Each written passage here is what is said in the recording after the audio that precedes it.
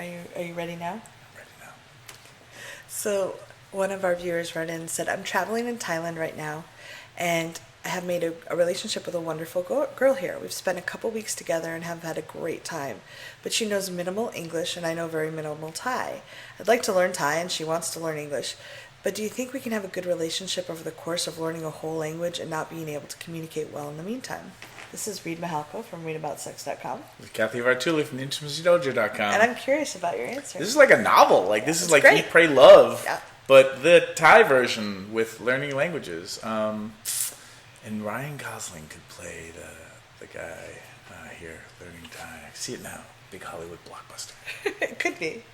I mean, who knows? How do we know what is going to happen? It does sound exciting. Yep. It sounds adventurous. It sounds like you've met somebody who's maybe a good fit for you. I mean, dating your species has not been translated into Thai yet.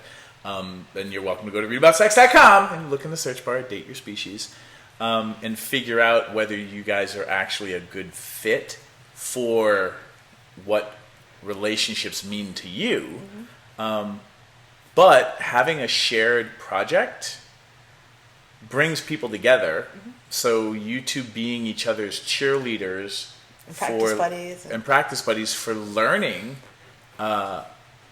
each other's languages sounds freaking romantic as hell.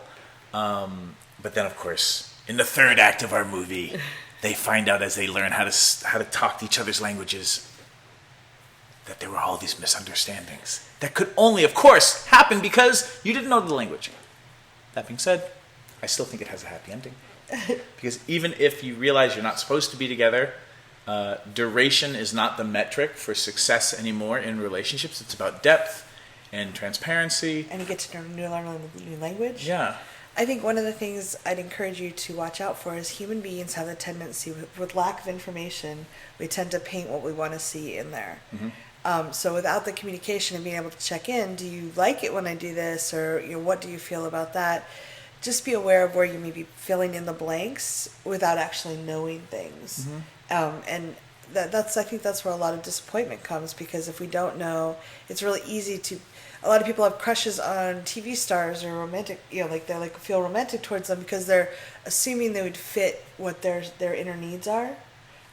Because they don't know, do they leave their socks on the drawer, on the floor at night, or do they leave the toilet seat up? Those kinds of things are not filled in, and we fill in nice things. Mm-hmm. Because they're presented to us as handsome and pretty. And plus, if you're in love, we have brain research now that says that the brain centers in your brain that are active when you are in love are the same brain centers that are active when you are high on cocaine. Yes. So you're basically stoned out of your mind. And you don't see it's like a Barbara Walters special with that beautiful lens and the good lighting, and you don't see all the flaws. Yeah. So understand that if you two are in love with each other, you're not gonna, you're photoshopping each other to begin with, and you don't know how to communicate in each other's languages yet, so you're probably missing a lot of nuanced understandings. Mm-hmm.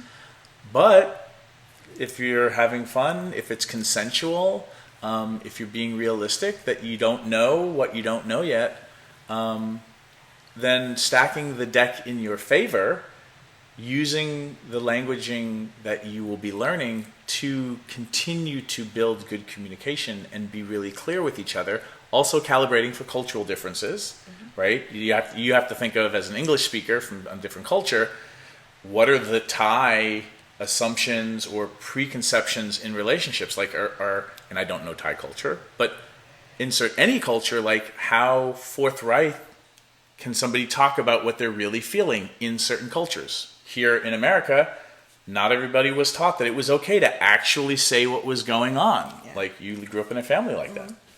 Yeah, so we wish you luck. We hope that does sound really exciting and romantic, and we'd love to know how it goes. If you want to tell us. Yeah. All we ask is that when you write the book and it gets turned into the movie, that you write us into this. Do we get to play ourselves? I don't think we're going to get to play ourselves. That's sad. Yeah. Oh my God, they already cast Ryan Gosling, so he doesn't get to play me. Oh, that's sad. Who would play me? Who would play me? Leonardo DiCaprio. Who would play you? Oh, me. That's amazing casting. Yeah, he's got range. He's got range. Yes. He's got range. Yeah. I don't know. I think I'd be The Rock. Oh, Dwayne Johnson. All right. Comments. Good luck. I hope this business geekery was useful for you. If you'd like to continue with the brain sex, click on subscribe up here. If you want to follow me on social media, right here, ladies and gentlemen, next video below. And if you'd like your very own Sex Geek Summer Camp t-shirt, then just click right here, right now. Boop.